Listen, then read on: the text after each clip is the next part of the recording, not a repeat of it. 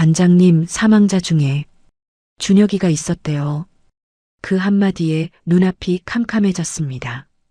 3개월 전 수료식 날 또렷한 목소리로 반장님 같은 철도인이 되고 싶습니다라고 말했던 그 청년이 제 관할 구간 선로 위에서 숨을 거뒀습니다. 감시원은 한 명도 없었고 계약에도 없는 작업에 끌려나간 거였습니다. 제가 3번이나 위험하다고 올린 보고서를 본사가 묵살하지만 않았어도 그 아이는 지금 살아 있었을 겁니다. 그런데 본사는 보고서를 삭제해버렸고 하청업체 탓을 돌린 뒤 저한테 징계까지 씌웠습니다. 하지만 그놈들은 몰랐습니다. 수십 년간 하루도 빠지지 않고 기록을 남겨온 제 습관이 이 싸움의 판을 완전히 뒤집어 놓게 될 거라는 것을.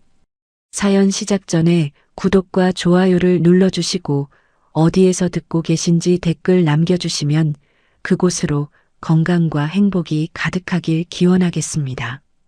새벽 5시가 채 되기 전 박종태는 현관문을 열고 밖으로 나섰습니다. 3월의 찬 공기가 얼굴을 감쌌지만 그는 아랑곳하지 않았고 33년째 같은 시간에 같은 동작을 반복하는 몸이 알아서 움직이고 있었습니다. 잠든 아내를 깨우지 않으려 세수도 조용히 마쳤고 작업복 주머니에는 늘 그렇듯 볼펜 2자루와 수첩이 들어 있었습니다. 국철공사 경부선 관할 선로 보수반. 박종태는 그곳의 현장 반장이었습니다. 58세 정년까지 2년을 남겨두고 있었지만 은퇴를 생각해 본 적은 한 번도 없었습니다. 그에게 철로는 직장이 아니라 삶의 바닥 그 자체였고 레일 위에 손바닥을 얹는 것으로 하루를 시작하는 습관은 어느새 그의 몸 안에 새겨진 의식이 되어 있었습니다. 현장에 도착하면 박종태가 가장 먼저 하는 일은 레일 위에 맨손을 올려놓는 것이었습니다. 장갑을 끼지 않은 왼손 바닥으로 레일의 표면을 천천히 쓸어내리면 미세한 진동의 흐름과 금속의 온도 변화가 손끝에 전해져 왔습니다. 계측 장비가 잡아내지 못하는 0.1mm의 틀어짐을 그의 손은 느낄 수 있었습니다. 후배들 사이에서 박 반장 손은 계측기보다 정확하다는 말이 돌았고 실제로 그가 손으로 이상을 감지한 뒤 장비로 확인하면 어김없이 수치가 나왔습니다. 반장님, 오늘 3구간 정기 점검이죠? 후배 기술원 이재민이 안전모를 쓰며 다가왔습니다. 박종태는 고개만 한번 끄덕이고 점검 장비를 챙기기 시작했습니다. 말이 적은 사람이었습니다. 화가 나도 소리를 지르기보다 입을 다무는 쪽이었고 기쁜 일이 있어도 표정에 잘 드러나지 않았습니다. 30년 넘게 함께 일한 동료조차 박종태의 속마음을 읽기 어려울 때가 많았는데 유일하게 그의 감정이 드러나는 순간이 있었으니 누군가 안전수칙을 어겼을 때였습니다. 그때만큼은 목소리가 낮아지면서도 한마디 한마디에 무게가 실렸고 상대방은 그 조용한 무게에 눌려 고개를 숙일 수밖에 없었습니다. 오랜 세월은 그의 몸 곳곳에 흔적을 남겨두었습니다. 키 170cm의 마른 체형이었지만 어깨만큼은 넓었고 현장 생활로 얼굴이 검게 탄 데다 손등에는 작은 흉터가 여러 개 남아 있었습니다. 머리카락의 절반 이상이 하얗게 새었지만 짧은 스포츠 커트를 고집했고 퇴근 후에도 한참 동안 작업복을 벗지 않는 버릇이 있었습니다. 아내가 밥 먹을 때는 갈아입으라고 잔소리를 해도 이게 편해라는 한마디로 넘기곤 했습니다. 박종태는 현장 점검 외에 기술교육센터에서 신입교육도 맡고 있었습니다. 국철공사는 하청업체 신규 인력에게도 안전교육을 실시하고 있었고 현장 경험이 풍부한 반장급 인력이 강사로 투입되었습니다. 박종태는 3년째 이 교육을 맡고 있었는데 매번 똑같은 내용을 가르치면서도 한 번도 대충 넘어간 적이 없었습니다. 선로 위에서 목숨을 지키는 법은 매뉴얼이 아니라 몸에 배어야 하는 것이라고 그는 믿었고 수료생들에게도 그 믿음을 심어주려 애썼습니다. 그 기수에서 유독 눈에 띄는 수료생이 한 명 있었습니다. 오준혁 27세. 다른 수료생들이 빨리 끝내고 싶어하는 분위기 속에서 오준혁만은 달랐습니다. 쉬는 시간에도 자리에 남아 질문을 했고 박종태가 설명하는 비탈면 점검 요령이나 레일 체결 장치 확인법을 수첩에 빼곡하게 적었습니다. 키 178cm의 마른 편이었고 안전모가 살짝 큰 듯 머리 위에서 흔들리는 모습이 아직 현장에 어울리지 않는 티를 냈지만 눈빛만큼은 진지했습니다. 반장님, 비탈면 배수로 점검할 때 육안으로 먼저 보시는 이유가 뭡니까? 계측 장비가 있는데요. 오준혁이 교육이 끝난 뒤에도 남아서 물었습니다. 박종태는 잠시 그 청년을 바라보았습니다. 수십 년 전 자신도 저런 눈을 하고 있었을 것입니다. 현장이 뭔지도 모르면서 현장에서 뼈를 묻겠다고 뛰어들었던 시절의 자기 모습이 거기 있었습니다. 장비는 숫자를 보여주는 거고 눈은 흐름을 보는 거야. 물이 어디서 흘러와서 어디로 빠지는지 그걸 숫자가 말해주진 않거든. 오준혁은 그 말을 수첩에 받아 적더니 고개를 들어 말했습니다. 반장님은 현장에서 제일 오래 계신 분이시잖아요. 그 눈이 33년 치인 거죠? 박종태는 대답 대신 자리에서 일어나 교육장을 정리하기 시작했습니다. 칭찬에 반응하는 법을 모르는 사람이었고 그런 자신이 때로는 스스로도 답답했지만 성격이란 건 쉽게 바뀌지 않았습니다. 수료식 날이었습니다. 20명의 수료생이 차례로 소감문을 발표하는 시간이 있었는데 대부분은 형식적인 인사와 감사의 말로 채워진 짧은 글이었습니다. 오준혁의 차례가 왔을 때 그는 접힌 종이를 펼치며 또렷한 목소리로 읽기 시작했습니다. 저는 박종태 반장님 같은 철도인이 되고 싶습니다. 33년 동안 매일 새벽에 나가서 레일 위에 손을 얹는 사람. 그 손이 지켜온 것들의 무게를 저도 느껴보고 싶습니다. 현장에서 뼈를 묻겠습니다. 교육장이 잠시 조용해졌습니다. 박종태는 표정을 바꾸지 않았지만 식이 끝난 뒤 오준혁이 두고 간 소감문 종이를 집어들었습니다. 접어서 작업복 안주머니에 넣었습니다. 아무도 그것을 보지 못했습니다. 오준혁은 하청업체인 한길안전진단 소속으로 배치되었습니다. 국철공사 정규직이 아닌 외주 인력. 박종태는 그 소식을 듣고 살짝 아쉬운 기색을 보였지만 내색하지 않았습니다. 수료식이 끝나고 인사를 하러 온 오준혁에게 한마디만 했습니다. 어디서든 기본만 지켜라. 기본이 목숨이다. 오준혁은 허리를 깊이 숙이며 감사합니다. 반장님하고 돌아섰고 박종태는 그 뒷모습을 잠시 바라보다가 사무실로 향했습니다. 사무실 한쪽 벽면을 가득 채운 캐비닛이 있었습니다. 안에는 날짜 순으로 정리된 파일철이 빼곡하게 들어차 있었는데 수십 년간 하루도 빠지지 않고 작성한 업무일지와 보고서 출력본이었습니다. 점검 내용, 이상 징후, 보고, 사항, 조치 결과까지 손으로 쓴 기록과 시스템 출력본이 함께 철해져 있었습니다. 동료가 한 번은 물었습니다. 형, 그거 누가 봐요? 시스템에 다 있는데. 박종태는 짧게 대답했습니다. 내가 본다. 그것이 반평생짜리 대답이었고 그 캐비닛이 반평생짜리 증거였습니다. 아직은 아무도 박종태 본인조차도 이 기록이 어떤 무게를 갖게 될지 알지 못했습니다. 그의 여름은 유난히 잔인했습니다.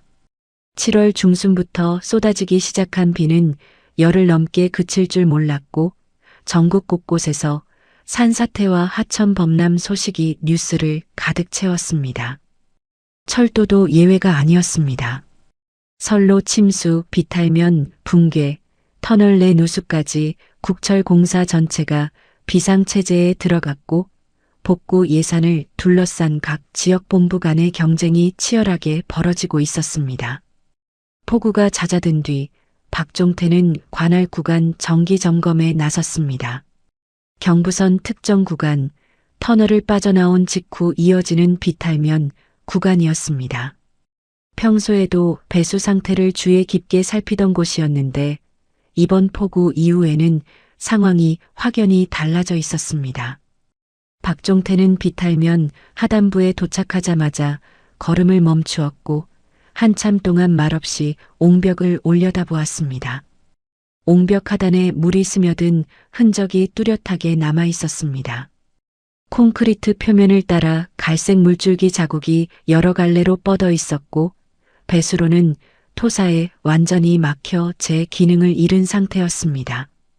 가장 눈에 띄는 것은 옹벽과 집안 사이에 벌어진 틈이었는데 손가락 하나가 들어갈 정도의 균열이 옹벽 상단부터 하단까지 길게 이어져 있었습니다. 그 틈 사이로 물이 스며들면 토합이 옹벽을 밀어내게 되고 그렇게 되면 비탈면 전체가 무너져 내릴 수 있었습니다. 박종태는 주머니에서 수첩을 꺼내 균열의 위치와 길이, 배수로 막힘 상태, 침수 흔적의 범위를 꼼꼼하게 기록했습니다. 휴대전화로 사진도 여러 장 찍었습니다. 옆에서 함께 점검하던 후배 이재민이 물었습니다. 반장님, 이거 심각한 겁니까? 박종태는 옹벽 표면에 손바닥을 대보았습니다. 콘크리트 뒤쪽에서 물이 움직이고 있다는 느낌이 전해져 왔고 수십 년간 수없이 보아온 비탈면 붕괴의 전조 증상이 하나도 빠지지 않고 나타나 있었습니다. 한 달 안에 무너진다. 박종태의 목소리는 낮았지만 단정적이었습니다. 이재민은 그 말의 무게를 알아차리고 표정이 굳어졌습니다. 박종태가 이런 식으로 말할 때는 한 번도 틀린 적이 없다는 것을 현장 사람들은 모두 알고 있었기 때문입니다. 그날 밤 박종태는 사무실에 남아 긴급 보고서를 작성했습니다.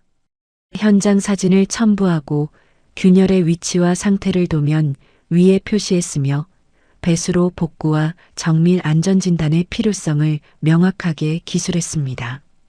보고서의 마지막 줄에는 이렇게 적었습니다. 해당 구간 열차 운행 중단 및 정밀 안전진단 긴급 요청. 시스템을 통해 본사 안전관리처에 보고를 올렸고 시계를 보니 밤 11시가 넘어 있었습니다. 다음 날 오후 박종태는 시스템에 접속해 자신의 보고서 처리 상태를 확인했습니다. 화면에 뜬 문구는 검토 완료 조치 불필요였습니다. 박종태는 모니터를 한참 들여다보다가 마우스를 내려놓았고 이를 악물듯 턱에 힘이 들어가는 것을 옆에 있던 이재민이 볼 수 있었습니다. 보고서를 처리한 사람은 본사 안전관리처 처장 김현식이었습니다. 54세, 대졸 공채로 입사의 기획과 경영 라인만 걸어온 순수 관리직 출신이었습니다. 현장 근무 경험이 단 한 번도 없는 사람이 안전관리처장 자리에 앉아 있다는 것은 국철공사 내부에서도 종종 비판의 대상이 되곤 했지만 본인은 개의치 않았습니다. 김현식에게 안전관리처장은 승진을 위한 경유지였고 올해 안에 본부장 자리로 올라서겠다는 계획을 갖고 있었습니다. 본부장 승진의 핵심 평가 항목은 관할 구간 무사고 운영 실적이었는데 운행 중단이라는 기록이 남는 순간 그 실적에 흠집이 생기는 것이었습니다.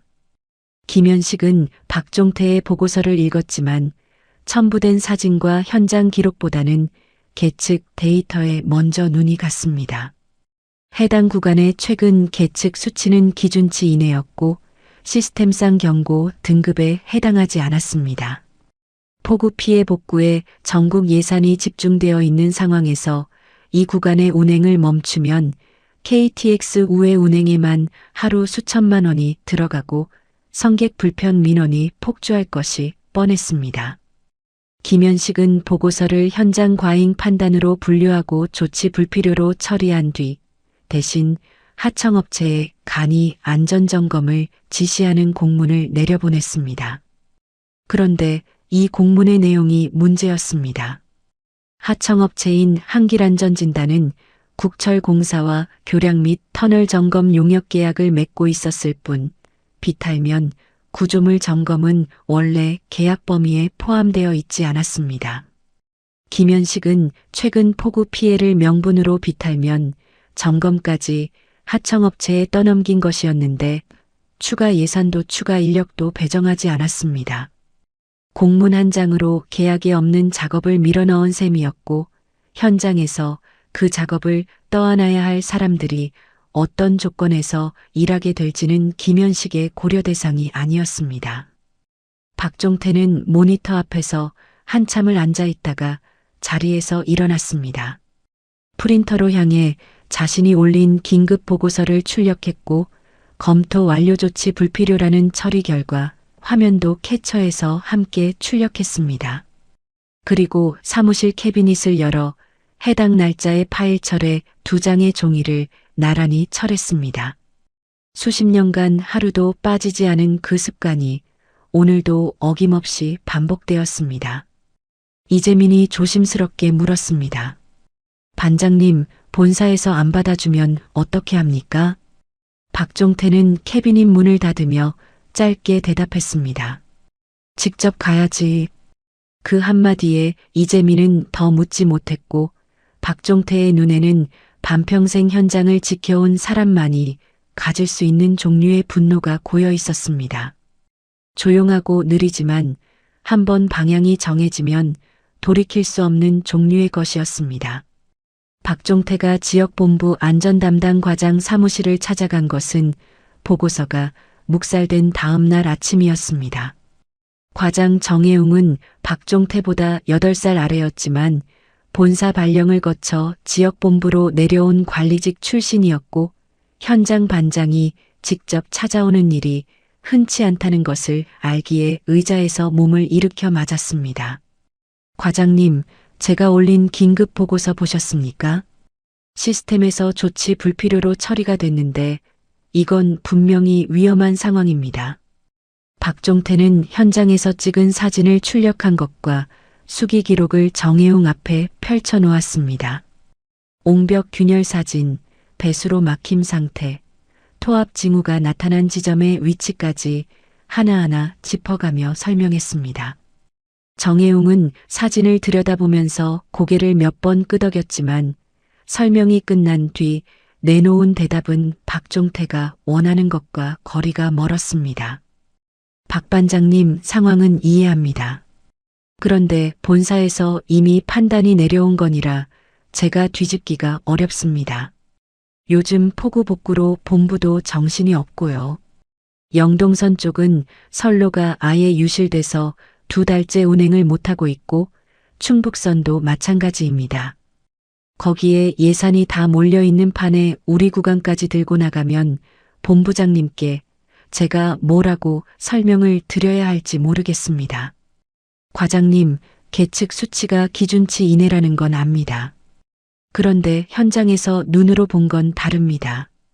옹벽 뒤쪽으로 물이 돌고 있고 배수로가 완전히 막혀서 토합이 걸린 상태입니다. 이건 한 달 안에 터집니다. 정혜웅은 박종태의 눈을 잠시 바라보다가 시선을 돌리며 말했습니다. 반장님 마음은 충분히 이해합니다만 지금 본부 분위기가 그렇습니다. 본사에서 처리한 걸 본부에서 뒤집으면 위에서 좋게 보지 않습니다. 저도 입장이 있으니 양해 부탁드립니다.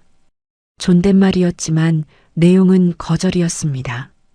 박종태는 사진과 기록을 다시 챙겨 넣으며 자리에서 일어났습니다. 더 말해봐야 소용없다는 것을 알았고 이 사람에게서 더 이상 얻을 것은 없었습니다. 정혜웅이 뒤에서 반장님, 너무 무리하지 마십시오라고 한마디 덧붙였지만 박종태는 뒤돌아보지 않았습니다. 그 발걸음이 지역 본부장실로 향했습니다. 본부장 면담을 요청했지만 비서가 본부장님 일정이 꽉 차 있다며 난색을 표했고 박종태는 복도 의자에 앉아 40분을 기다린 끝에 겨우 5분의 면담 시간을 얻었습니다. 본부장 유재성은 56세로 박종태보다 2살 아래였지만 본사 기획조정실을 거쳐 올라온 사람이라 현장과는 거리가 먼 인물이었습니다. 서류에서 눈을 떼지 않은 채 박종태의 말을 들었고 고개를 한번 끄덕이더니 한마디로 정리했습니다. 박 반장님, 본사 안전관리처에서 이미 검토한 건입니다. 현장 과잉 우려라는 판단이 나왔으면 그걸 따르는 게 맞지 않겠습니까? 본부장님, 현장에서 33년을 본 사람이 위험하다고 말씀드리는 겁니다. 반장님 경험은 존중합니다만 우리가 움직이려면 데이터가 있어야 합니다. 경험만으로 운행을 멈출 수는 없는 거 아시잖습니까? 면담은 그것으로 끝이었습니다. 2번 말했고 2번 묵살당했습니다. 존댓말 속에 담긴 거절이 오히려 더 차갑게 느껴졌고 박종태는 본부 건물을 나서면서 주차장에 한참을 서 있었습니다. 담배를 피우지 않는 사람이었지만 이런 날에는 뭔가를 태우고 싶다는 생각이 들곤 했습니다. 주머니 속 수첩을 꺼내 오늘 날짜와 면담 내용을 적었습니다. 정혜웅 과장, 오전 9시 20분. 유재성 본부장, 오전 10시 45분. 두 사람의 대답까지 빠짐없이 기록한 뒤 수첩을 다시 접어 넣었습니다. 그리고 박종태는 결심했습니다. 반평생 현장 생활에서 한 번도 해본 적 없는 일을 하기로 한 것입니다. 대전에 있는 국철공사 본사를 직접 찾아가기로. 다음 날 새벽 박종태는 평소보다 일찍 집을 나섰습니다. 아내가 오늘은 어디 가느냐고 물었지만 본사에 볼 일이 있어라고만 답하고 현관문을 닫았습니다. KTX를 타고 대전에 도착한 것은 오전 9시가 조금 넘은 시각이었고 국철공사 본사 건물 로비에 들어선 박종태의 모습은 주변의 양복 차림 직원들 사이에서 눈에 띄게 어울리지 않았습니다. 작업복은 벗고 왔지만 투박한 손과 검게 탄 얼굴이 현장 사람임을 그대로 말해주고 있었습니다. 안전관리처 김현식 처장과의 면담을 요청했습니다. 비서가 사전 예약 없이는 어렵다고 했지만 박종태는 기다리겠습니다라고 말한 뒤 복도 의자에 앉았습니다. 30분이 지나고 김현식이 회의실에서 나오는 모습이 보였을 때 박종태가 자리에서 일어나 다가갔습니다. 처장님, 경부선 관할 현장 반장 박종태입니다. 5분만 시간을 주십시오. 김현식은 현장 반장이 본사까지 찾아온 것에 약간 놀란 기색이었지만 이내 사무실로 안내하며 자리를 권했습니다. 양복 소매 아래로 보이는 깨끗한 손이 현장과는 거리가 먼 사람이라는 것을 말해주고 있었습니다. 박종태는 앉자마자 서류 봉투에서 사진과 기록을 꺼내 김현식 앞에 펼쳤습니다. 세 번째 같은 자료를 세 번째 다른 사람 앞에 펼치는 것이었습니다. 처장님, 지역본부 안전담당에게도 말씀드렸고 본부장님께도 말씀드렸습니다. 두 분 다 본사 판단을 따르라고 하셨습니다. 제가 여기까지 온 건 33년 현장 생활에서 처음입니다. 그만큼 위험하다는 뜻입니다. 김현식은 사진을 한 장씩 넘기며 들여다보았습니다. 표정에 큰 변화는 없었고 사진보다는 박종태의 얼굴을 더 자주 바라보았습니다. 박 반장님, 현장에서 올라온 보고서는 확인했습니다. 그런데 해당 구간 계측 수치가 기준치 이내예요. 감이 아니라 데이터로 말씀을 하셔야지 보고서에 느낌을 쓸 수는 없지 않습니까? 계측기가 못 잡는 걸 사람 눈이 잡는 겁니다. 옹벽 뒤로 물이 돌고 있고 배수로는 완전히 막혀 있습니다. 이건 수치가 움직이기 전에 터지는 겁니다. 김현식은 책상 위에 놓인 볼펜을 천천히 돌리며 잠시 침묵했습니다. 그의 머릿속에서는 박종태의 경고와 전혀 다른 종류의 계산이 돌아가고 있었습니다. 해당 구간 운행을 중단하면 KTX 우회의 하루 수천만 원, 일반 열차 운행 조정에 따른 승객 민원 폭주, 그리고 무엇보다 자신의 인사 기록에 남을 관할 구간 운행 중단 이력. 올해 본부장 승진을 눈앞에 두고 있는 상황에서 그것은 치명적인 흠집이 될 수 있었습니다. 반장님, 제 입장도 좀 이해해 주십시오. 지금 전국에서 포구 복구 예산을 놓고 싸우고 있습니다. 영동선, 충북선은 선로 자체가 유실돼서 석 달째 열차가 못 다니고 있고요. 거기에 예산이 다 빠지는 판에 우리 구간을 특별 취급할 명분이 없습니다. 처장님, 사람 목숨이 달린 건데 명분을 따질 일입니까? 사무실 안의 공기가 한순간 얼어붙었습니다. 김현식의 눈빛이 달라졌고 볼펜을 책상 위에 내려놓으며 목소리를 한 톤 낮추었습니다. 박 반장님, 정년 2년 남으셨잖습니까? 조용히 마무리하고 싶으시면 이 선에서 정리하시는 게 좋을 겁니다. 존댓말이었지만 협박이었습니다. 부드러운 어투 속에 담긴 날이 오히려 소리를 지르는 것보다 더 차갑게 박종태의 가슴을 찔렀습니다. 화가 치밀어 올랐지만 소리를 지르는 것은 이 사람의 방식이 아니었습니다. 서류를 다시 봉투에 넣고 자리에서 일어나 목례만 한 뒤 사무실을 나왔습니다. 본사 건물 로비를 지나 밖으로 나왔을 때 대전의 한여름 햇볕이 그의 얼굴을 내리쬐었지만 박종태는 한참 동안 그 자리에 서서 움직이지 않았습니다. 3번 말했고 3번 다 묵살당했습니다. 그날 밤 집에 돌아온 박종태는 밥상 앞에 앉았지만 숟가락을 들지 못했습니다. 아내가 본사는 잘 다녀왔어?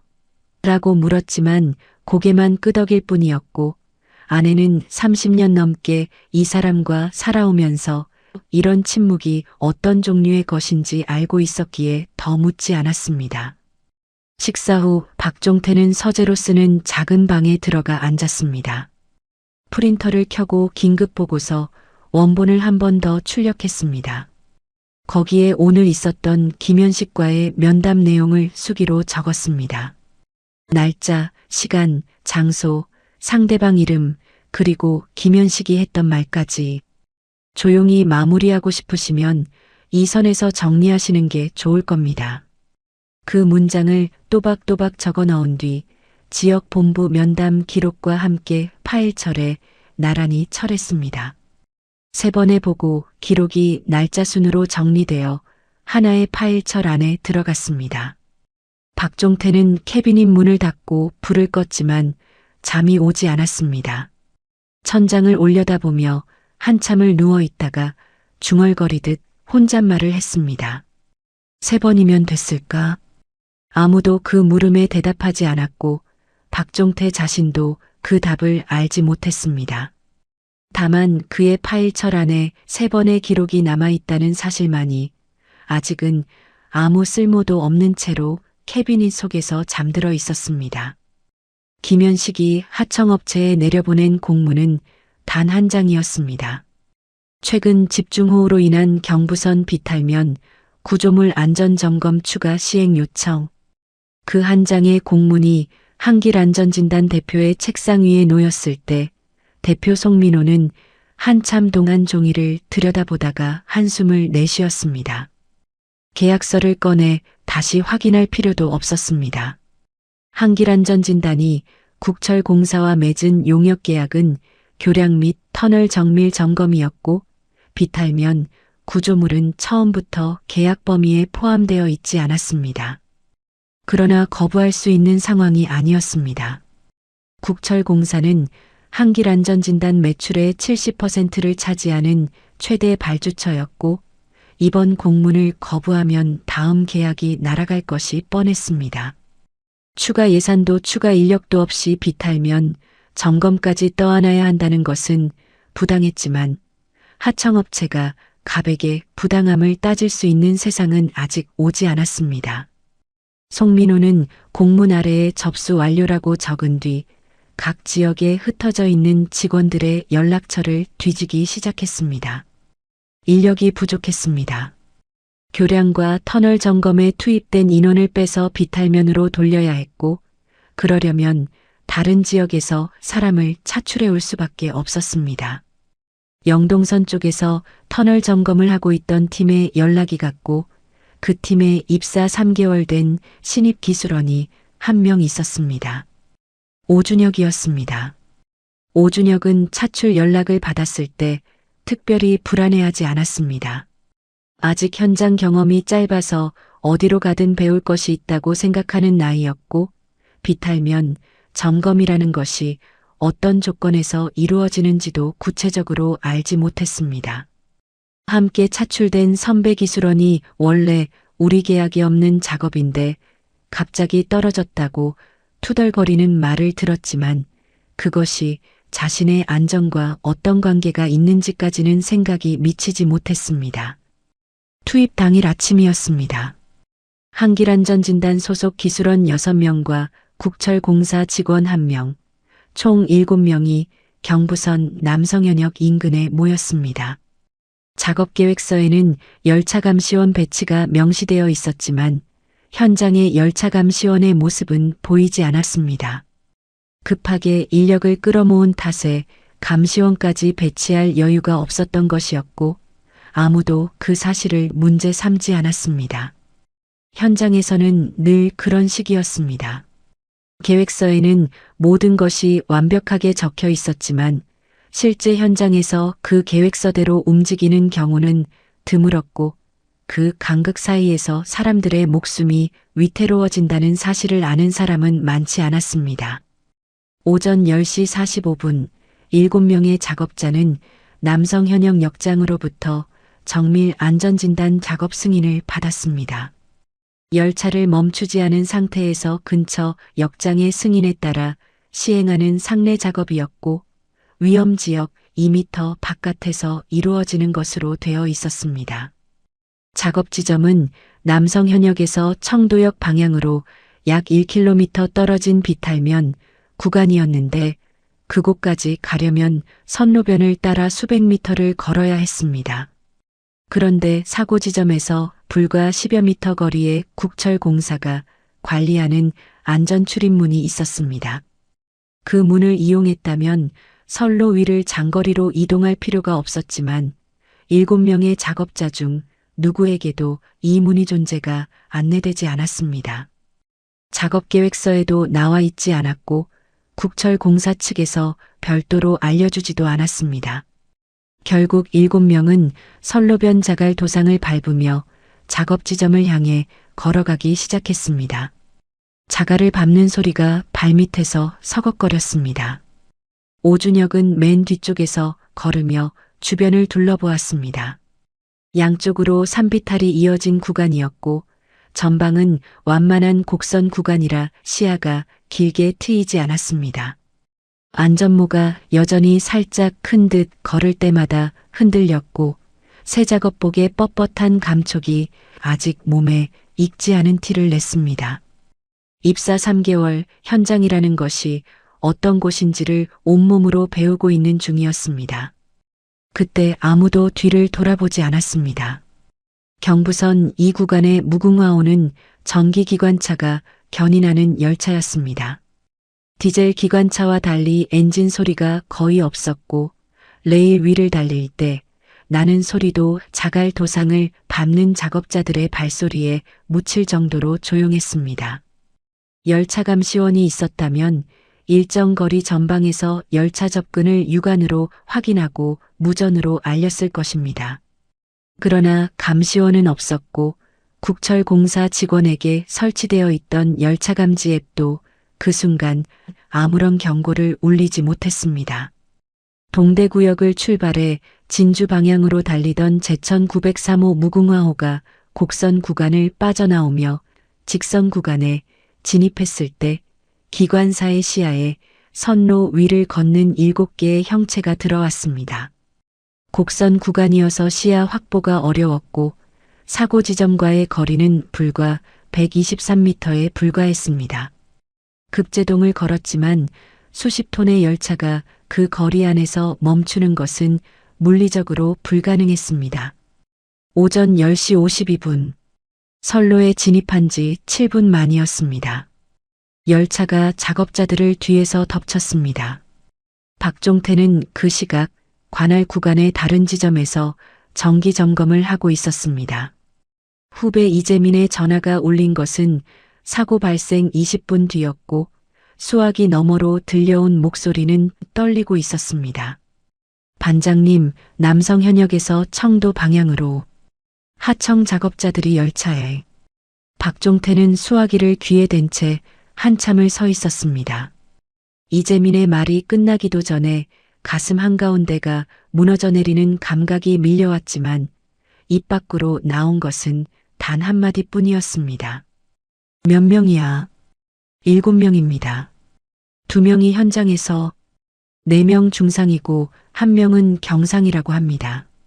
박종태는 전화를 끊지 못했습니다. 끊으면 그 순간이 현실이 되어버릴 것 같았기 때문입니다.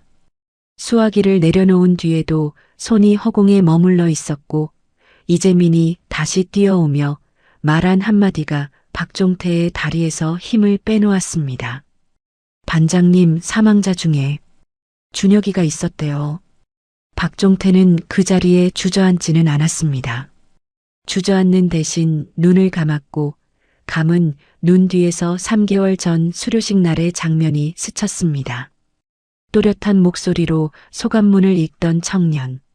저는 박종태 반장님 같은 철도인이 되고 싶습니다. 그 종이를 접어서 작업복 안주머니에 넣었던 자신의 손.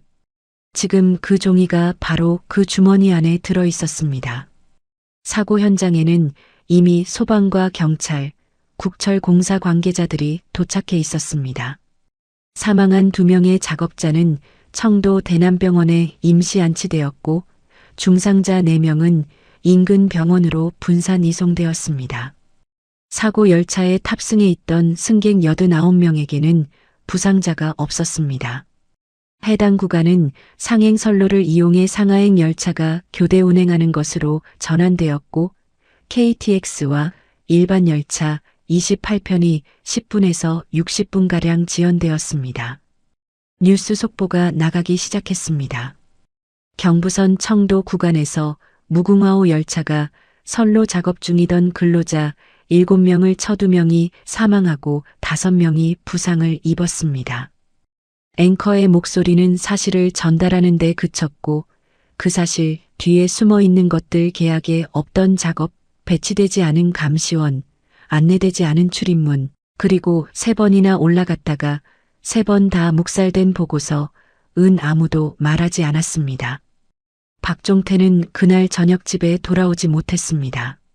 사무실 의자에 앉아 불을 끄지 않은 채 밤을 새웠고 새벽이 되어서야 작업복 안주머니에서 접힌 종이 한 장을 꺼냈습니다. 오준혁의 수료식 소감문이었습니다.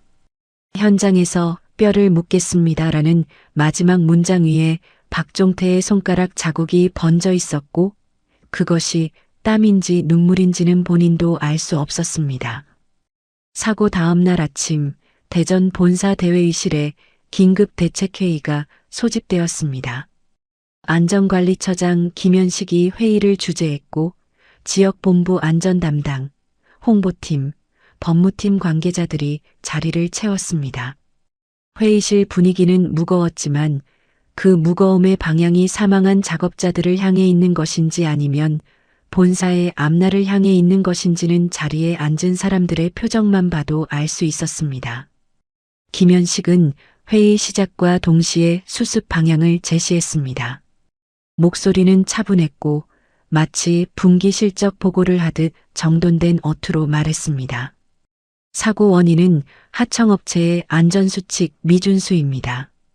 작업계획서에 열차 감시원 배치가 명시되어 있었으나 현장에 감시원이 투입되지 않았고 작업자들이 선로변 노반이 아닌 자갈 도상 위로 이동한 것도 작업계획서와 다릅니다. 이 2가지가 사고의 직접적 원인이며 국철공사 측의 절차상 문제는 확인되지 않았습니다. 회의실에 앉은 사람들 중 누구도 반론을 제기하지 않았습니다. 김현식의 정리는 논리적으로 보였고 실제로 감시원이 배치되지 않은 것과 이동 경로가 달랐던 것은 사실이었습니다. 그러나 그 사실 뒤에 숨어 있는 것들, 계약이 없는 작업을 공문 한 장으로 떠넘긴 것, 추가 인력도 예산도 없이 밀어붙인 것, 안전 출입문의 존재를 안내하지 않은 것, 그리고 현장 반장이 3번이나 올린 위험 보고서를 묵살한 것은 김현식의 수습 시나리오 안에 단 한 줄도 포함되어 있지 않았습니다. 한길안전진단 대표 송민호는 사고 당일부터 국철공사 측에 항변을 시도하고 있었습니다. 계약이 없는 작업을 떠하는 겁니다. 비탈면 점검은 원래 우리 용역 범위가 아닙니다. 추가 예산도 인력도 안 주고 공문 한 장으로 밀어넣은 건 국철공사 아닙니까? 그러나 매출의 70%를 쥐고 있는 갑 앞에서 의뢰 항변은 들리지 않는 소리나 다름없었고 언론에서도 하청업체 대표의 목소리보다는 국철공사 공식 입장이 먼저 보도되었습니다. 김현식이 회의 중에 꺼낸 또 하나의 안건이 있었습니다. 박종태의 긴급 보고서였습니다. 사고가 나기 전에 해당 구간의 위험을 경고하는 보고서가 시스템에 올라와 있었다는 사실, 그리고 그것이 조치 불필요로 처리되었다는 사실. 이 보고서가 외부에 알려지면 사고 수습의 프레임 전체가 무너지는 것이었습니다. 하청업체의 안전수칙 미준수가 아니라 본사가 현장 경고를 3번이나 묵살한 결과라는 이야기가 되어버리기 때문입니다. 김현식은 회의가 끝난 뒤 직속 부하인 안전관리처 기획팀장 나경호를 따로 불렀습니다. 사무실 문을 닫고 낮은 목소리로 말했습니다. 나 팀장, 경부선 관할 현장 반장이 올린 보고서 있지.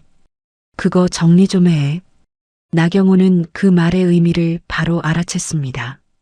정리라는 단어가 삭제를 뜻한다는 것을 이 조직에서 5년을 일한 사람이라면 모를 수가 없었습니다. 나경호는 잠시 망설이는 기색을 보였지만 알겠습니다라고 대답했고 그날 오후 시스템에서 박종태의 긴급 보고서가 삭제되었습니다. 보고서뿐 아니라 검토 완료 조치 불필요 처리 기록까지 함께 사라졌습니다. 그리고 이틀 뒤 박종태에게 징계 통보가 내려왔습니다. 현장 관리 감독 소홀. 수십 년 무사고 현장 반장에게 내려진 첫 징계였습니다. 징계 사유서에는 관할 구간 내 하청업체 작업에 대한 현장 감독 의무를 다하지 못한 책임이라고 적혀 있었는데 박종태가 그 하청업체의 작업에 대해 사전에 통보받은 적이 없다는 사실은 어디에도 언급되지 않았습니다. 김현식이 하청업체에 공문을 내려보내면서 현장 반장에게는 알리지 않았던 것이고 그 사실 자체가 은폐되어 있었습니다. 박종태는 징계 통지서를 받아들고 사무실 의자에 앉아 한참을 움직이지 않았습니다. 옆에서 이재민이 반장님, 이의 신청하셔야죠라고 말했지만 박종태의 귀에는 들리지 않는 것 같았습니다. 한참 뒤에야 입을 연 박종태가 물은 것은 이의 신청에 대한 것이 아니었습니다. 준혁이 장례식이 언제야? 내일입니다. 청도 대남병원 장례식장인데 반장님은 안 가시는 게 좋을 것 같습니다. 유족들이 국철공사 쪽 사람한테 감정이 많이. 박종태는 고개를 떨구며 대답하지 않았습니다. 가야 한다는 것을 알았지만 갈 수 없다는 것도 알았습니다. 자신이 3번이나 위험하다고 말했다는 사실을 유족은 모를 것이고 유족의 눈에 비칠 자신의 모습은 아들을 죽게 내버려둔 현장 반장에 불과할 것이었습니다. 오준혁의 장례식장에는 하청업체 동료들과 유족들이 모여 있었습니다. 오준혁의 어머니는 관 앞에서 오열했고 아들의 안전모를 껴안은 채 놓지 못했습니다. 아버지 오달수는 말없이 조문객을 맞았는데 누군가 국철 공사 쪽에서 온 사람 있냐고 물었을 때 오달수의 대답은 짧았습니다. 아무도 안 왔어. 그 한마디 속에 담긴 것이 분노인지 체념인지는 오달수 본인도 정리하지 못한 듯 시선이 허공을 향해 있었습니다. 62세 국철공사 선로보수 30년을 채우고 허리 부상으로 명퇴한 사람. 아들만큼은 자기 같은 길을 걷지 않기를 바랐지만 아들은 기어이 현장을 택했고 그 현장이 아들을 집어삼켰습니다. 그날 밤 박종태의 집. 아내가 거실에서 기다리고 있었습니다. 밥상을 차려놓았지만 박종태는 숟가락을 들지 못했고 아내가 조심스럽게 입을 열었습니다. 당신 잘못 아니잖아. 3번이나 말했잖아. 안 들은 건 위에 사람들이지. 박종태는 한참 동안 밥상만 내려다보다가 입을 열었습니다. 3번이나 말했어. 3번 다 안 들었어. 그런데 내가 4번째를 안 한 거야. 사표를 던졌어야 했어. 언론에라도 알렸어야 했어. 그랬으면 그 애가 안 죽었을 수도 있어. 아내는 말을 잃었습니다. 남편이 틀린 말을 하는 것이 아니라는 것을 알았기 때문에, 그리고 그 자책을 풀어줄 말이 세상에 존재하지 않는다는 것도 알았기 때문에 아무 말도 할 수가 없었습니다. 박종태는 밥상에서 일어나 서재로 쓰는 작은 방에 들어갔습니다. 불을 켜지 않았습니다. 어둠 속에서 작업복 안주머니를 더듬어 접힌 종이 한 장을 꺼냈습니다. 오준혁의 수료식 소감문이었습니다. 어둠 속이라 글씨가 보이지 않았지만 그 안에 무엇이 적혀 있는지 박종태는 한 글자도 빠짐없이 기억하고 있었습니다. 저는 박종태 반장님 같은 철도인이 되고 싶습니다. 그 문장을 머릿속으로 되뇌는 동안 박종태의 손이 종이 위에서 미세하게 떨리고 있었습니다. 종이를 가슴에 대고 고개를 숙였고 어둠 속에서 아무 소리도 나지 않았지만 그의 어깨가 가늘게 흔들리고 있었습니다. 사고 후 2주가 지났지만 박종태는 현장에 나가지 못하고 있었습니다. 징계 처분을 받은 상태에서 직무가 정지된 것이기도 했지만 그보다 더 근본적인 이유는 몸이 움직이지 않는다는 것이었습니다. 새벽에 눈이 떠져도 이불 밖으로 나오지 못했고 하루 종일 서재로 쓰는 작은 방에 앉아 벽을 바라보는 날이 이어졌습니다. 아내가 차려주는 밥을 몇 숟가락 뜨다 마는 것이 하루의 전부였고 말수는 원래도 적었지만 이제는 하루에 한두 마디조차 하지 않는 날이 많아졌습니다. 아내는 30년 넘게 이 사람과 살아오면서 수없이 많은 침묵을 견뎌왔지만 이번 침묵은 그 어떤 때와도 달랐습니다. 예전의 침묵은 말을 안 하는 것이었지만 지금의 침묵은 말을 잃어버린 것이었고 남편의 눈에서 빛이 빠져나가고 있다는 것을 아내는 느끼고 있었습니다. 병원에 가보자는 말을 꺼내려다 몇 번이나 삼켰는데 이 사람이 그 말을 받아들일 사람이 아니라는 것을 너무 잘 알았기 때문입니다. 어느 날 오후 현관문 벨이 울렸습니다. 아내가 나가보니 낯선 남자가 서 있었습니다. 키가 크지 않았고 허리가 약간 굽어 있었으며 왼쪽으로 살짝 기울어진 자세로 서 있는 것이 어딘가 몸이 불편한 사람이라는 것을 알 수 있었습니다. 얼굴에 깊은 주름이 패여 있었지만 눈빛만은 단단했고 그 단단함 속에 슬픔이 한 겹 깔려 있는 것이 보였습니다. 박종태 반장님 댁입니까? 오달수라고 합니다. 아내는 그 이름에 특별한 반응을 보이지 않았습니다. 남편이 집에서 현장 이야기를 하는 사람이 아니었기에 오달수가 누구인지 알 리가 없었고 그저 남편을 찾아온 손님을 안으로 모시며 서재 쪽으로 가서 남편을 불렀습니다. 서재 문을 열고 나온 박종태는 현관 쪽에 서 있는 오달수를 보자마자 얼어붙었습니다. 그 반응을 본 아내는 비로소 이 사람이 보통 손님이 아니라는 것을 직감했습니다. 두 남자의 시선이 마주쳤습니다. 박종태의 입에서 죄송합니다라는 말이 나오려는 순간 오달수가 먼저 입을 열었습니다. 박 반장님, 저도 국철 선로보수 30년 했습니다. 당신 이름은 후배들한테 들어서 알고 있었습니다. 박종태는 예상하지 못한 말에 아무 대답도 하지 못했습니다. 원망을 하러 온 줄 알았습니다.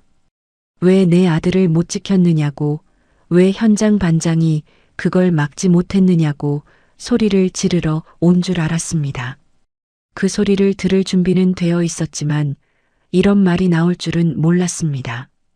아내가 거실로 안내하고 보리차를 내왔습니다. 두 남자가 마주 앉았지만 한참 동안 아무도 말을 하지 않았습니다. 오달수가 보리차를 한 모금 마시고 나서 천천히 이야기를 시작했습니다. 준혁이가 죽고 나서 가만히 있을 수가 없어서 같이 일했던 동료들을 찾아다녔습니다.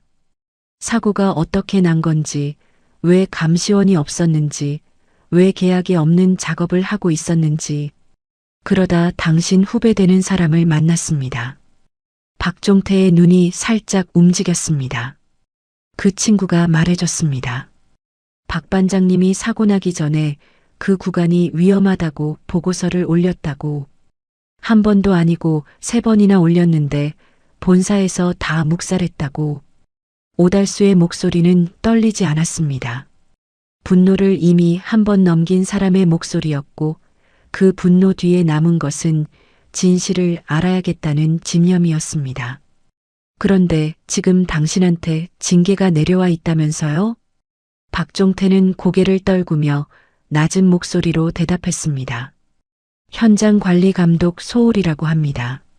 3번이나 위험하다고 말한 사람한테 관리 감독 소홀이라. 오달수의 입꼬리가 미세하게 떨렸습니다. 웃음이 아니라 분노가 입 밖으로 새어나오려는 것을 참는 표정이었습니다. 잠시 침묵이 흐른 뒤 오달수가 화제를 바꾸듯 물었습니다. 박 반장님, 혹시 90년대 초에 영동선 쪽에 계셨습니까? 뜬금없는 질문에 박종태가 고개를 들었습니다. 93년에 거기 있었습니다. 나도 그때 거기 있었습니다. 같은 시기에 같은 구간에 있었을 수도 있어요, 우리. 두 남자가 잠시 말없이 서로를 바라보았습니다. 30년 전 같은 철로 위에서 같은 자갈을 밟으며 같은 새벽 공기를 마셨을지도 모르는 두 사람이었습니다. 한 사람은 반평생을 채우고 아직 현장에 서 있었고 한 사람은 30년째에 허리가 부러져 나왔습니다. 그리고 나온 사람의 아들이 남은 사람에 관할 구간에서 죽었습니다. 말로 설명할 수 없는 종류의 인연이 거실의 공기 속에 무겁게 가라앉아 있었습니다. 오달수가 자신의 이야기를 꺼냈습니다. 나는 선로보수 30년 하다가 허리를 다쳐서 명예퇴직했습니다. 퇴직금으로 작은 철물점 하나 열어서 근근히 먹고 사는데 준혁이가 그걸 보고 자랐습니다. 아버지가 현장에서 허리 부러지고 나온 걸 보고 자란 애가 왜 또 그 현장에 가겠다고 했는지 아십니까? 박종태는 대답하지 않았지만 듣고 있었습니다. 그 애가 그러더군요. 아빠도 30년 했잖아. 나도 할 수 있어. 내가 죽어라 말렸습니다. 사무직으로 가라. 안전진단 업체라도 사무실에서 서류 보는 쪽으로 가라. 현장은 사람 잡는 데라고. 그런데 안 듣더군요. 기어이 현장을 택했습니다. 오달수의 시선이 잠시 허공을 향했다가 박종태에게 돌아왔습니다. 교육받고 와서 하는 말이 반장님 같은 분이 계시니까 괜찮다고. 박종태 반장님이 현장에서 33년 버틴 분이라고 그런 분 밑에서 배우면 괜찮을 거라고 하더군요. 박종태의 눈시울이 붉어지기 시작했습니다. 고개를 숙여 얼굴을 가리려 했지만 어깨가 미세하게 떨리는 것을 오달수는 보고 있었습니다. 오달수가 목소리를 한 톤 높이며 말했습니다. 박 반장님, 내 아들 죽인 건 당신이 아닙니다. 보고서 묵살한 놈들이 죽인 겁니다. 계약에 없는 작업을 공문 한 장으로 밀어넣고 감시원도 안 붙이고 출입문도 안 알려주고 그놈들이 죽인 겁니다. 박종태가 고개를 들었습니다. 눈가가 젖어 있었지만 오달수를 똑바로 바라보았습니다. 그런데 당신이 이러고 앉아 있으면 그놈들이 이기는 겁니다. 하청업체 탓으로 돌리고 당신한테 징계 씌우고 보고서 묵살한 건 묻어버리고 그게 그놈들이 원하는 그림 아닙니까? 당신이 무너져 있으면 그 그림대로 되는 겁니다. 거실에 긴 침묵이 내려앉았습니다.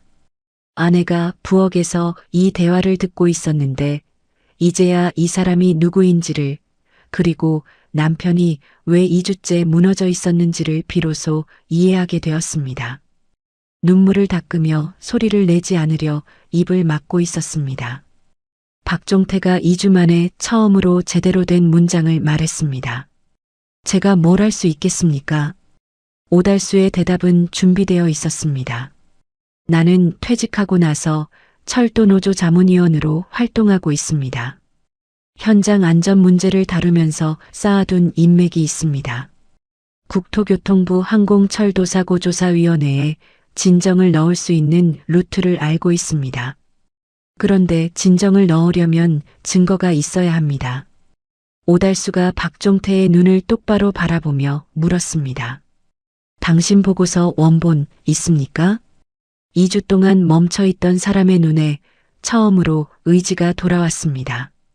박종태는 자리에서 일어나 서재로 들어갔습니다. 캐비닛을 열고 날짜 순으로 정리된 파일철 사이에서 하나를 꺼냈습니다. 그 안에는 3번의 보고 기록이 시간 순으로 나란히 철해져 있었습니다. 긴급 보고서, 원본, 검토 완료 조치 불필요 처리 화면 캡처, 정혜웅 과장과의 면담 기록, 유재성 본부장과의 면담 기록, 그리고 김현식 처장과의 면담 내용까지 날짜, 시간, 장소, 상대방의 말까지 빠짐없이 기록된 반평생짜리 습관의 결과물이었습니다.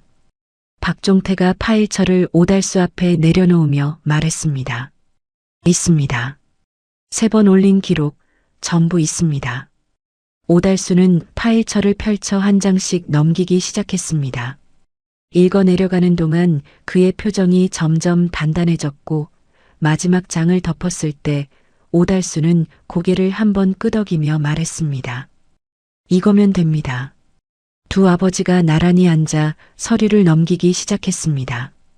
한 사람은 반평생 현장을 지키다 무너진 아버지였고 한 사람은 아들을 현장에 보내고 잃은 아버지였습니다.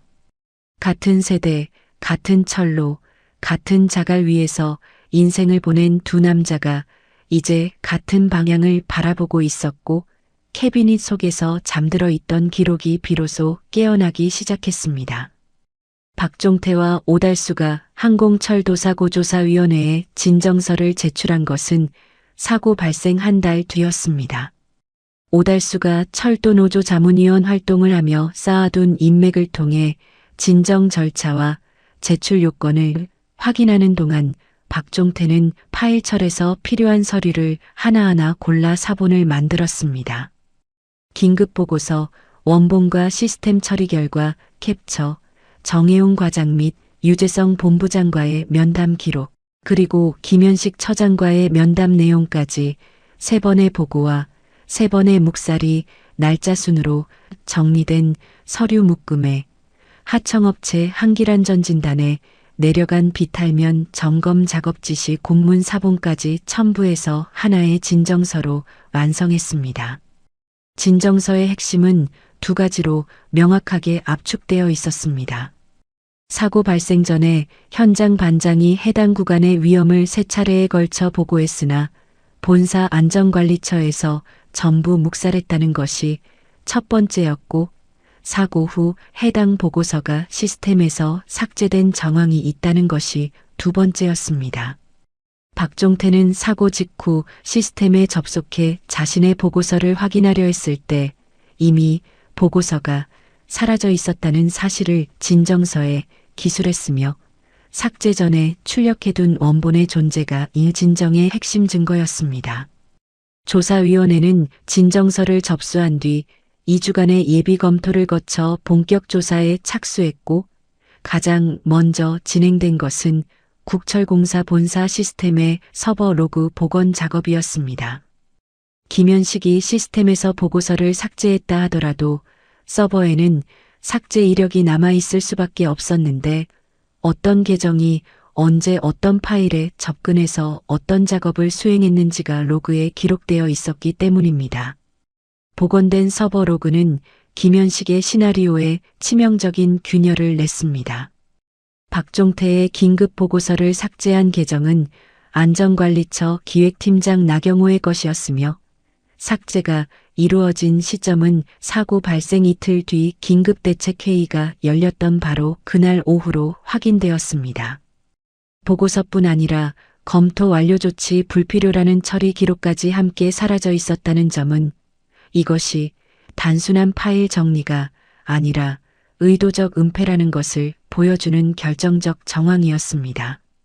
조사위원회가 나경호를 불러 조사에 들어갔을 때 나경호는 처음에 정기적인 시스템 정리 차원이었다고 답변했지만 조사관이 삭제 시점과 대책회의 시점의 일치를 지적하자 말을 바꾸기 시작했고 결국 다음과 같이 진술하기에 이르렀습니다. 김현식 처장님이 회의가 끝난 뒤 저를 따로 부르셨습니다. 경부선 현장 반장이 올린 보고서가 있는데 정리하라고 하셨습니다. 정리하라는 말이 구체적으로 어떤 의미였습니까? 나경호가 잠시 침묵한 뒤 대답했습니다. 삭제하라는 뜻이었습니다. 구두 지시였기에 이메일이나 문서 형태의 직접적인 증거는 남아있지 않았지만 나경호의 진술과 서버 로그의 시간대가 정확히 일치한다는 사실이 김현식의 은폐 지시를 뒷받침하기에 충분한 근거가 되었습니다. 하청업체 한길안전진단의 생존 기술원들에 대한 조사도 동시에 진행되고 있었습니다. 사고 현장에서 살아남은 4명의 기술원과 1명의 국철공사 직원이 조사위원회에 증언했는데 그 내용은 하나같이 김현식의 수습 시나리오와 어긋나는 것들이었습니다. 열차감시원이 현장에 배치된 적이 없다는 것, 비탈면 점검은 원래 계약에 포함되지 않은 작업이었으며 본사 공문에 의해 급하게 투입된 것이라는 것, 그리고 안전 출입문이 가까이에 있다는 안내를 아무도 받지 못했기에 선로 위를 장거리로 걸을 수밖에 없었다는 것이 증언들이 쌓이면서 사고의 책임이 하청업체가 아닌 국철공사 본사의 구조적 문제에 있다는 그림이 선명해지기 시작했습니다. 증거와 증언이 하나씩 쌓여가며 궁지에 몰리고 있던 김현식은 최후의 카드를 꺼내 들었습니다. 조사위원회의 움직임을 내부 루트를 통해 파악한 김현식이 택한 전략은 박종태 자체를 흔드는 것이었습니다. 인사 기록을 뒤져 찾아낸 것은 15년 전의 사고 이력이었는데 박종태가 현장 반장으로 처음 발령받았을 때 맡았던 구간에서 작업자 1명이 경상을 입은 건이었습니다. 당시 큰 문제 없이 넘어갔지만 기록상 박종태의 관할 하에서 발생한 안전사고라는 꼬리표는 남아있었고 김현식은 이 기록을 언론 쪽에 흘렸습니다. 며칠 뒤 기사가 나갔습니다. 경부선 사고 현장 반장, 과거에도 안전사고 전력. 그 기사가 나간 날 박종태의 아내는 동네 마트 계산대 앞에서 이웃들의 시선을 느꼈습니다. 대놓고 말하는 사람은 없었지만 등 뒤에서 수군거리는 소리가 들렸고 그 속에서 그 사람, 남편이라는 단어가 귓가를 스치는 순간 장바구니를 쥔 손에 힘이 들어갔습니다. 집에 돌아와 현관문을 닫은 뒤에야 참았던 눈물이 터져 나왔는데 수십 년간 새벽마다 남편을 보냈던 사람이 남편 때문에 동네에서 고개를 들지 못하게 되었다는 사실이 견딜 수 없이 무거웠습니다. 박종태는 그 기사를 보고 한동안 입을 열지 못했습니다. 반평생 쌓아온 현장의 명예가 기사 한 줄로 무너져 내리는 감각에 가슴이 짓눌렸고 이번에는 정말로 모든 것을 놓아버리고 싶다는 생각이 스쳤습니다. 그러나 오달수에게 전화를 걸어 상황을 설명했을 때 돌아온 반응은 단호했습니다. 그놈들이 흔들려고 하는 겁니다. 흔들리면 지는 겁니다. 15년 전 사고 기록, 당신 파일철에 있습니까? 박종태는 서재로 들어가 캐비닛을 열었습니다. 15년 전 파일철을 찾는 데는 오래 걸리지 않았는데 수십 년치 기록이 날짜 순으로 정리되어 있었기에 해당 연도를 꺼내 넘기자 사고 당시의 원인 분석 보고서가 바로 나왔습니다. 그 사고의 원인은 박종태의 관리 소홀이 아니라 본사에서 지급한 레일 체결 장비의 결함이었으며 박종태가 직접 작성한 보고서에 장비 결함의 구체적인 내용과 사진이 첨부되어 있었고 사고 후 장비가 교체되었다는 후속 조치 기록까지 함께 철해져 있었습니다. 이 자료가 조사위원회에 제출되면서 김현식의 마지막 카드는 오히려 역풍을 맞게 되었습니다. 15년 전에도 본사 지급 장비의 결함이 사고 원인이었는데 현장 반장에게 책임을 돌리려 했다는 사실이 드러나면서 국철공사가 사고 책임을 현장에 전가하는 패턴이 반복되고 있다는 논의가 조사위원회 내부에서 본격적으로 시작되었습니다. 언론에서도 후속 기사가 나갔는데 이번에는 방향이 완전히 달랐습니다. 15년 전에도 본사 장비 결함, 현장의 책임 전가 시도, 조사의 마지막 퍼즐은 나경호의 추가 진술로 완성되었습니다. 변호사와 상의한 뒤 나경호가 밝힌 바에 따르면 자신이 삭제한 것은 보고서만이 아니라 김현식이 하청업체에 비탈면 점검을 지시한 내부 공문의 결제 이력도 포함되어 있었으며 복원된 결제 이력을 통해 그 공문이 김현식의 직접 결제로 내려간 것이라는 사실과 추가 예산이나 인력 배정이 전혀 없었다는 사실이 동시에 확인되었습니다. 국정감사에서 이 건이 다루어지게 되었고 박종태는 증인으로 출석해야 했습니다. 양복을 입고 국회에 선다는 것은 평생 상상해 본 적 없는 일이었으며 의원들 앞에 앉았을 때 손이 미세하게 떨렸지만 목소리만큼은 끝까지 흔들리지 않았습니다. 33년 동안 현장에서 일하면서 선로 위의 이상을 잡아내는 것이 제 일이었고 그 구간에 위험 징후가 나타났을 때 보고서를 올리는 것은 당연한 의무라고 생각했습니다. 지역본부 안전담당에게 한 번, 본부장에게 한 번, 본사처장에게 한 번, 3번을 말했지만 3번 모두 계측 수치가 기준치 이내라는 이유로 묵살당했고 현장에서 33년을 본 사람의 눈보다 모니터 위의 숫자를 더 믿는 조직 앞에서 저는 더 이상 할 수 있는 것이 없었습니다. 의원석이 조용해진 가운데 박종태는 잠시 숨을 고른 뒤 이어서 말했습니다. 하지만 돌이켜 생각하면 저에게도 4번째가 있었어야 합니다.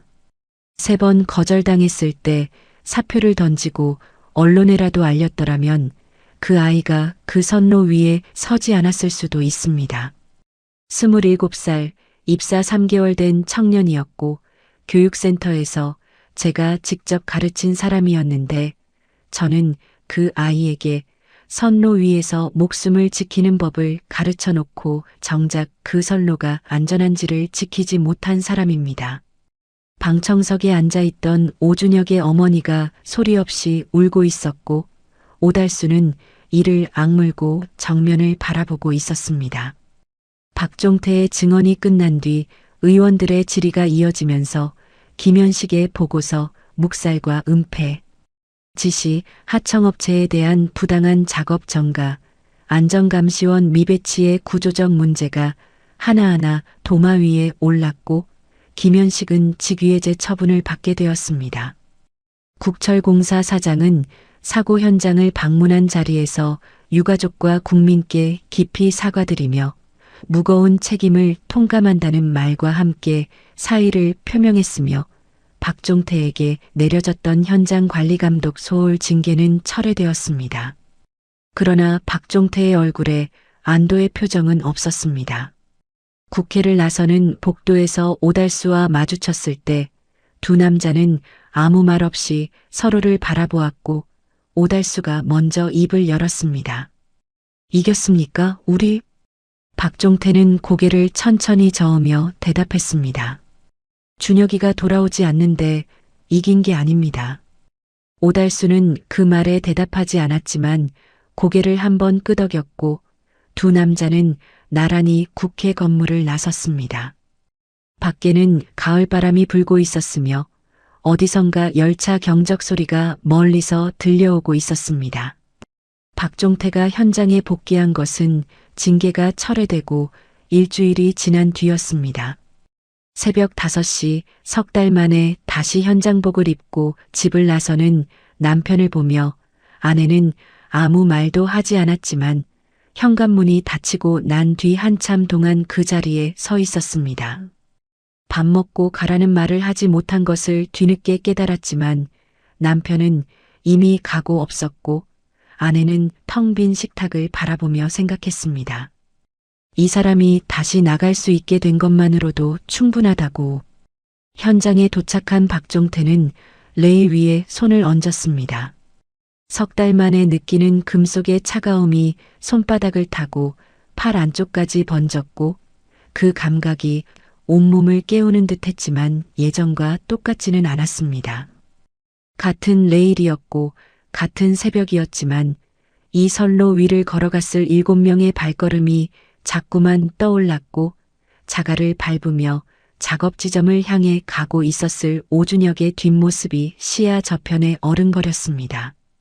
박종태는 눈을 감았다가 떴고 손바닥에 힘을 주어 레일을 한 번 더 쓸어내린 뒤에야 자리에서 일어날 수 있었습니다. 복귀 후의 일상은 예전과 같으면서도 달랐습니다. 점검 구간을 돌고 보고서를 쓰고 후배들에게 지시를 내리는 것은 반평생 해오던 그대로였지만 박종태의 눈이 머무는 곳이 달라져 있었습니다. 비탈면을 볼 때마다 그 여름의 균열이 떠올랐고 하청업체 기술원들이 선로변에서 작업하는 모습이 보이면 감시원이 배치되어 있는지를 가장 먼저 확인했습니다. 한 번은 감시원 없이 작업이 진행되려는 것을 발견하고 즉시 작업을 중단시킨 적이 있었는데 하청업체 현장 담당자가 반장님, 상내 작업이라 감시원 없어도 됩니다라고 말했을 때 박종태의 목소리가 평소와 다르게 높아졌습니다. 상내 작업이면 사람이 안 죽습니까? 감시원 올 때까지 아무도 선로에 들어가지 마십시오. 그 목소리를 들은 후배 이재민은 처음으로 박종태가 현장에서 소리를 높이는 것을 보았다고 나중에 동료들에게 말했습니다. 한편 오달수는 아들의 장례를 치른 뒤 단 하루도 쉬지 않고 움직이고 있었습니다. 유가족 대표로 나선 오달수가 시작한 것은 하청 노동자 선로 작업 시 안전감시원 의무 배치법 입법 청원이었습니다. 아들을 잃은 슬픔을 삼키고 서명 용지를 들고 나선 오달수의 모습은 철도 현직자들과 퇴직자들 사이에서 빠르게 퍼져나갔고 전국의 철도 노동자들이 서명에 동참하기 시작했습니다. 서명 운동이 시작된 지 2달 만에 5만 건을 넘겼으며 오준혁과 함께 사고를 당했던 생존 기술원들도 유족 곁에 서서 제도 개선의 필요성을 증언했습니다. 오달수가 국회 앞에서 1인 시위를 한 날 한 의원이 다가와 청원서를 직접 받았습니다. 감시원 1명이면 막을 수 있었던 사고입니다. 1명의 비용을 아끼려다 2사람의 목숨을 잃은 겁니다. 오달수의 말은 짧았지만 그 안에 담긴 무게는 어떤 긴 연설보다도 무거웠고 며칠 뒤 하청 노동자 안전감시원 의무배치법안이 국회에 발의되었다는 뉴스가 나왔습니다. 박종태는 그 뉴스를 사무실 컴퓨터로 확인하고 한참 동안 화면을 바라보았습니다. 법안이 통과되면 앞으로는 하청 노동자가 선로 위에서 작업할 때 반드시 감시원이 붙게 되는 것이었고, 그것은 오준혁이 살아 있었다면 당연히 옆에 있었어야 할 사람이 이제서야 제도로 보장된다는 뜻이었습니다.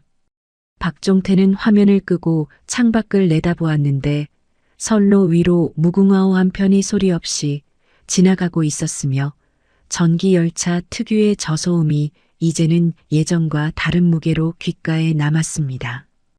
그 무렵 박종태는 기술교육센터에서 신입교육을 다시 맡게 되었습니다.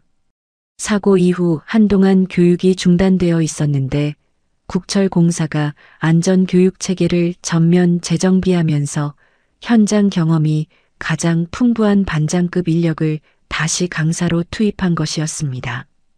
교육체계를 맡아달라는 요청을 받았을 때 박종태는 한 가지 조건을 걸었고 그 조건이 받아들여진 뒤에야 수락했습니다. 교육장 벽에 액자 하나가 걸렸습니다. 액자 안에는 사진이 아니라 종이 한 장이 들어 있었습니다. 손글씨로 빼곡하게 적힌 짧은 글이었는데 하단에 오준혁이라는 이름과 수료 날짜가 적혀 있었고 박종태가 석 달 동안 작업복 안주머니에 넣고 다녔던 바로 그 종이었습니다. 새 기수 수료생 18명이 교육장에 앉아 있었습니다. 박종태는 교단 앞에 섰고 교육을 시작하기 전에 먼저 벽에 걸린 액자를 가리켰습니다. 수료생들의 시선이 일제히 그쪽으로 향했습니다. 이 글을 쓴 사람 이름은 오준혁입니다. 2년 전에 여러분이 앉아 있는 그 자리에서 이 교육을 수료하고 현장에 나갔던 사람이고 선로 위에서 죽었습니다. 감시원 한 명 없이 계약이 없는 작업에 투입돼서 선로에 진입한 지 7분 만에 교육장이 정적에 휩싸였습니다. 수료생 중 몇몇은 그 사고를 뉴스로 본 기억이 있었고 눈앞의 반장이 바로 그 사건의 당사자라는 것을 그제야 알아차린 듯 표정이 달라졌습니다. 너희가 현장에 나가면 위험한 순간이 반드시 옵니다. 비탈면이 이상하다고 느껴질 때, 감시원이 없는데 작업을 시작하라는 지시를 받을 때, 계약에 없는 일을 떠안게 될 때, 그때 입을 다물면 안 됩니다. 보고서를 쓰고 위에 올리고 묵살당하면 한 번 더 올리고 그래도 안 되면 싸워야 합니다. 박종태의 시선이 잠시 액자 위에 머물렀다가 수료생들에게 돌아왔습니다. 나는 3번 말하고 4번째를 하지 않았습니다. 4번째를 하지 않은 대가가 저 벽에 걸려 있는 겁니다. 너희는 나처럼 멈추지 마십시오. 교육장에는 아무 소리도 없었고 수료생들의 눈이 액자와 박종태 사이를 오가고 있었습니다. 박종태는 더 이상의 말을 보태지 않았으며 잠시 침묵을 둔 뒤 평소처럼 담담한 목소리로 교육을 시작했습니다. 선로 위에서 목숨을 지키는 법을 2년 전에 오준혁에게 가르쳤던 것과 같은 내용을 다시 처음부터. 수료식이 끝난 뒤 교육장에 수료생 한 명이 남아 있었습니다. 박종태가 장비를 정리하고 있을 때 그 수료생이 다가와 말했습니다. 반장님, 저도 이 일 오래 하고 싶습니다. 박종태는 그 수료생을 바라보았습니다. 안전모가 살짝 큰 듯 머리 위에서 흔들리는 모습이 2년 전에 누군가와 겹쳤고 박종태는 잠시 말을 잇지 못했습니다. 왜 이 일을 하려고 했어? 교육 첫날 벽에 걸린 소감문을 읽었는데 저도 그런 사람이 되고 싶어서요. 박종태는 대답 대신 교육장 밖으로 나섰고 수료생이 뒤따라왔습니다. 새벽이 밝아오고 있었으며 선로 위에 이슬이 맺혀 있었습니다. 박종태는 레일 앞에 멈춰 서서 수료생을 돌아보았습니다. 이것부터 배워라. 수료생의 손을 잡아 레일 위에 올려놓으려는 순간 박종태의 손이 멈췄습니다. 같은 동작을 가르쳤던 기억이 스쳤고 그때 손을 올려놓았던 사람이 지금은 이 세상에 없다는 사실이 손끝에서부터 가슴까지 차오르는 듯 했습니다. 짧은 멈춤이었지만 그 안에 2년치의 무게가 담겨 있었습니다. 박종태는 숨을 한 번 들이쉰 뒤 수료생의 손을 레일 위에 올려놓았습니다. 차가운 금속의 감촉이 수료생의 손바닥에 전해졌고 박종태가 말했습니다. 이 차가움을 기억해라. 이게 네가 지켜야 할 것들의 온도다. 수료생은 고개를 끄덕였고 박종태는 자신의 손도 레일 위에 나란히 올려놓았습니다. 두 개의 손바닥이 같은 레일 위에서 같은 차가움을 느끼고 있었으며 새벽 공기 사이로 멀리서 열차 한 편이 다가오는 소리가 희미하게 들려오고 있었습니다. 박종태는 가상의 인물이지만 이 이야기 속 현실은 가상이 아닙니다.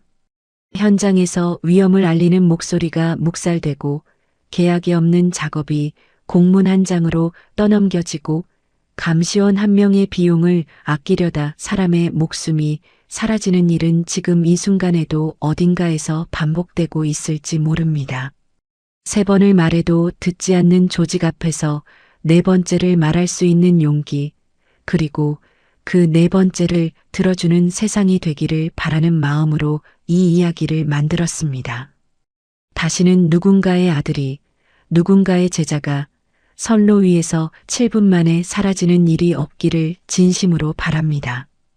이야기를 끝까지 들어주신 분이 계시다면 잘 들었다고 댓글 하나만 남겨주세요. 구독과 좋아요 부탁드립니다. 감사합니다.